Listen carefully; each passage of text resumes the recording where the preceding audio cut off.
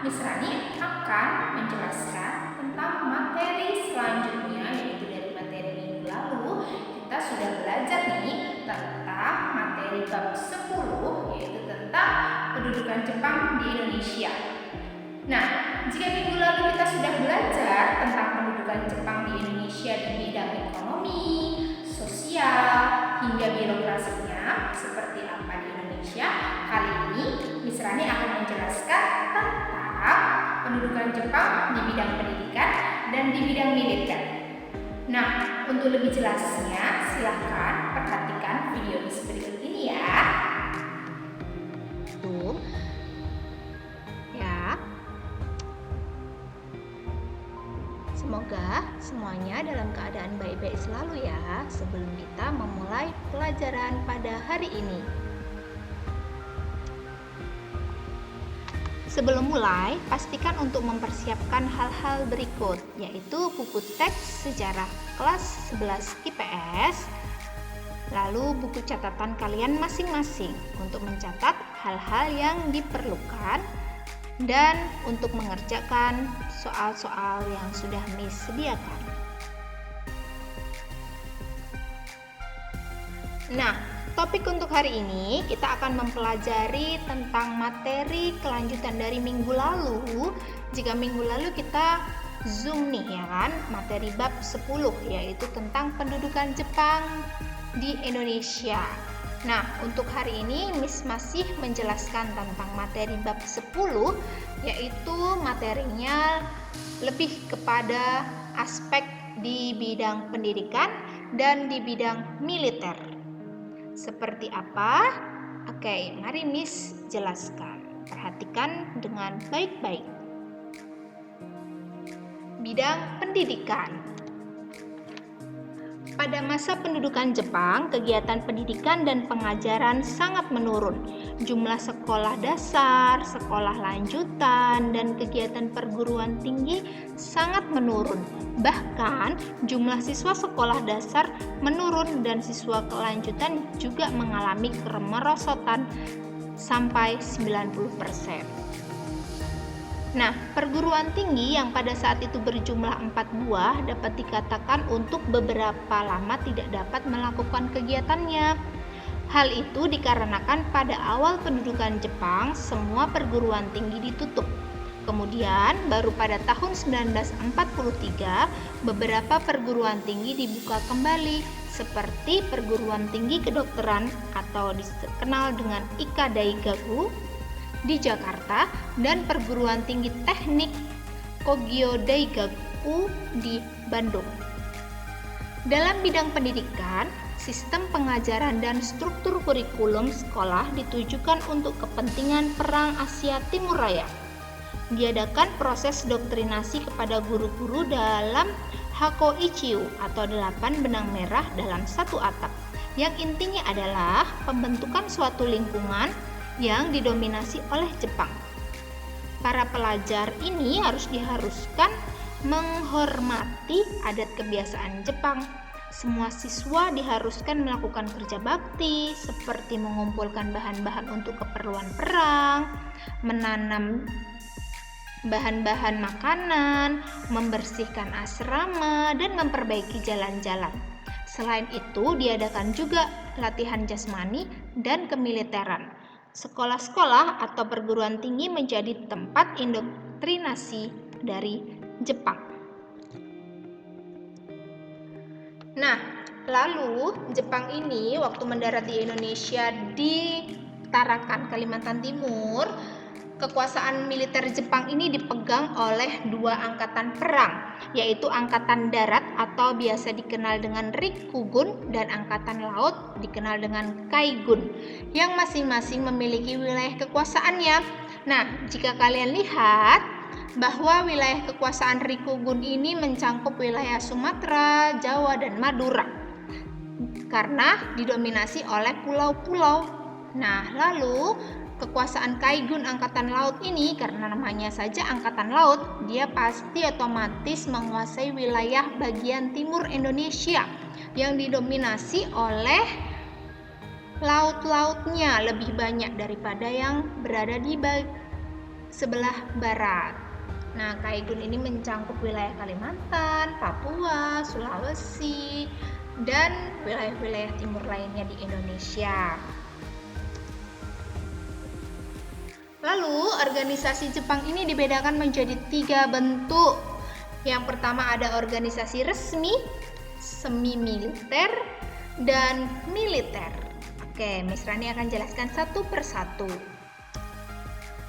Organisasi resmi Jepang, ya. Organisasi resmi Jepang yang pertama adalah Gerakan 3A. Gerakan 3A ini merupakan singkatan dari semboyan propaganda Jepang, yaitu Nippon Cahaya Asia, Nippon Pelindung Asia, dan Nippon Pemimpin Asia. Nah, pemimpin dari Gerakan 3A ini adalah tokoh Parindra Jawa Barat, yaitu Mr. Samsudin.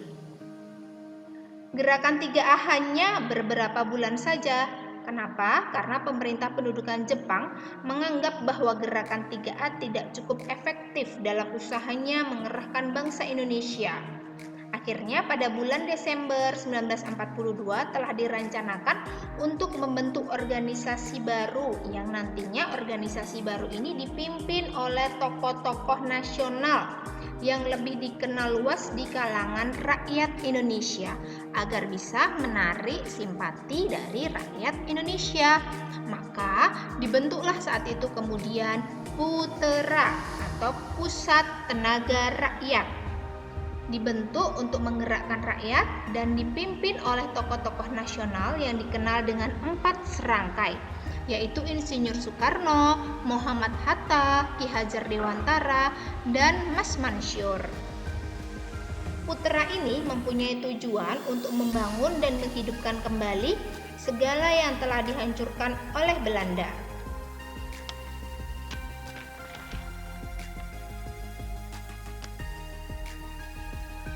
Nah, di dalam struktur organisasinya, PUTERA ini memiliki pimpinan pusat dan pimpinan daerah ya. Pimpinan pusatnya ini adalah 4 serangkai, sedangkan pimpinan daerah dibagi menjadi 3 tingkat, yaitu tingkat Shu, Ken, dan Gun. Selain itu, organisasi ini juga mempunyai beberapa penasehat. Nah, dalam perjalanannya, PUTERA berkembang dan bertambah kuat. Hal ini menimbulkan kekhawatiran Jepang. Akhirnya pada tahun 1944, PUTERA dinyatakan bubar oleh Jepang. Lalu Jepang mulai membentuk yang namanya Jawa Hokkaido. Pada tahun 1944, Panglima Tentara ke-16 yaitu Jenderal Kumaiki Harada menyatakan berdirinya organisasi Jawa Hokkaido atau Himpunan Kebaktian Jawa, yaitu organisasi pusat atau sentral yang anggotanya terdiri dari bermacam-macam Hokkaido atau himpunan kebaktian sesuai dengan bidang profesinya. Organisasi tersebut didirikan oleh pemerintah pendudukan Jepang setelah mendengar pendapat 4 serangkai. Nah, seperti halnya PUTERA, organisasi Jawa Hokkaido ini juga tidak berkembang di luar Jawa. Di dalam membantu memenangkan perang, Jawa Hokkaido telah berusaha antara lain dalam pengerahan tenaga dan memobilisasi potensi sosial ekonomi, misalnya penarikan hasil bumi dengan target yang sudah ditentukan. Lalu ada organisasi MIAI. Nah, ternyata nih Jepang masih membutuhkan bantuan dan tenaga umat Islam. Hal ini terbukti dengan diaktifkannya kembali MIAI atau Majelis Islam ala Indonesia pada tanggal 4 September 1942. Pengaktifan kembali MIAI ini diharapkan dapat memobilisasi gerakan umat Islam untuk menopang keperluan perang.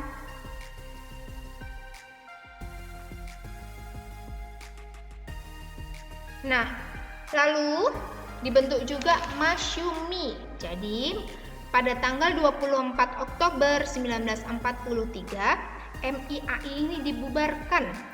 Hal ini disebabkan karena Jepang memandang MIAI tidak sesuai dengan harapan Jepang. Lalu sebagai gantinya, Jepang membentuk Masyumi atau Majelis Syuro Muslimin Indonesia. Sebagai ketuanya ditunjuklah Hasyim Asy'ari. Lalu kita ke organisasi semi militer. Jadi namanya saja sudah semi, berarti dia ada militernya dan ada pendidikannya juga. Yang pertama ada Seinendan atau organisasi pemuda. Seinendan ini dibentuk tepat pada hari ulang tahun Kaisar Jepang. Nah, Seinendan ini merupakan organisasi kepemudaan yang bersifat semi militer yang berada di bawah pimpinan oleh Gun Seikan. Tujuannya adalah untuk mendidik dan melatih pemuda agar dapat menjaga dan mempertahankan tanah airnya sendiri. Nah, organisasi Seinendan ini anggotanya adalah pemuda-pemuda yang berusia sekitar 15 sampai 25 tahun. Lalu yang kedua ada Keibodan. Keibodan juga merupakan organisasi pemuda yang dibentuk bersamaan dengan pembentukan Seinendan. Berbeda dengan Seinendan, pembentukan Keibodan tampak bahwa pemerintah pendudukan Jepang berusaha agar tidak terpengaruh oleh golongan nasionalis. Bahkan kaum nasionalis pada tingkat bawah pun tidak mempunyai hubungan dengan Keibodan, karena Keibodan ini ditempatkan langsung di bawah pengawasan polisi Jepang. Lalu ada Fujinkai. Fujinkai ini adalah himpunan wanita, jadi pengorganisasian kaum wanita yang dikenal dengan Fujinkai, yang terdiri dari usia minimumnya adalah anggotanya berusia 15 tahun. Lalu ada Barisan Pelopor yang dibentuk pada tanggal 1 November 1944 berdasarkan hasil sidang ketiga dari Chosangiin atau Dewan Pertimbangan Pusat. Barisan Pelopor ini dipimpin oleh Soekarno, jadi bisa kita lihat bahwa Barisan Pelopor ini terdiri dari orang-orang nasionalis Indonesia yang umurnya sudah cukup berumur saat itu ya, sekitar 20-an ke atas. Lalu Hizbullah. Hizbullah ini adalah pasukan sukarelawan pemuda Islam yang di dalam istilah Jepang disebut Kaikyo Seinin Teishintai. Jadi ini adalah organisasi semi militer yang diketuai oleh Kiai Haji Zainul Arifin. Lalu organisasi militer yang terakhir ada dua, yaitu Heiho. Ya, Heiho ini anggotanya adalah pemuda yang berusia 18 sampai 25 tahun. Heiho merupakan wadah yang disediakan Jepang untuk pemuda Indonesia sebagai barisan pembantu kesatuan angkatan perang dan merupakan bagian dari ketentaraan Jepang. Oleh karena itu, anggota Heiho dijadikan tentara pekerja yang melayani unit-unit ketentaraan tertentu. Lalu ada PETA, yaitu pembela tanah air. Jadi Jepang juga membentuk PETA. Ya, di dalam PETA ini mengenal pangkat yang berbeda-beda, misalnya Daidanko yaitu komandan batalion, Judanko komandan kompi, Sodanko komandan peleton, Budanko komandan regu, dan Gyuhei prajurit sukarela. Nah, itu tadi adalah penjelasan Miss tentang aspek di bidang pendidikan dan pendidikan Jepang di Indonesia.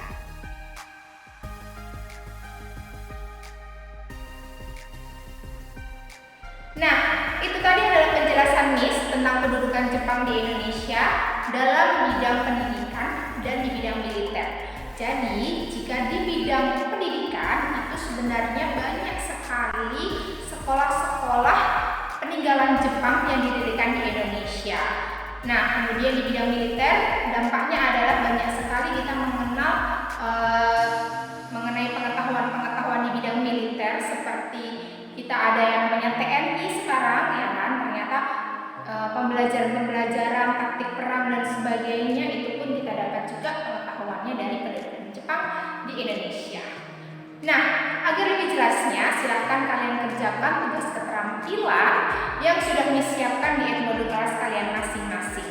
Silahkan dikerjakan dalam waktu 1 minggu. Jadi Miss berikan kesempatan kepada kalian untuk mengerjakan tugas keterampilan di bab 10 ini dalam waktu 1 minggu ya.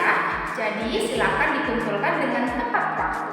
Karena setelah kita mempelajari mempelajari bab 10 ini, selama 2 kali pertemuan kita akan mengadakan small test. Jadi silahkan dipelajari lagi materi-materi bab 10 tentang pendudukan Jepang. Kemudian jika ada yang masih kurang paham atau belum jelas, kalian boleh chat Miss secara pribadi di jam pelajaran tentunya. Nah, tetap jaga kesehatan dan selamat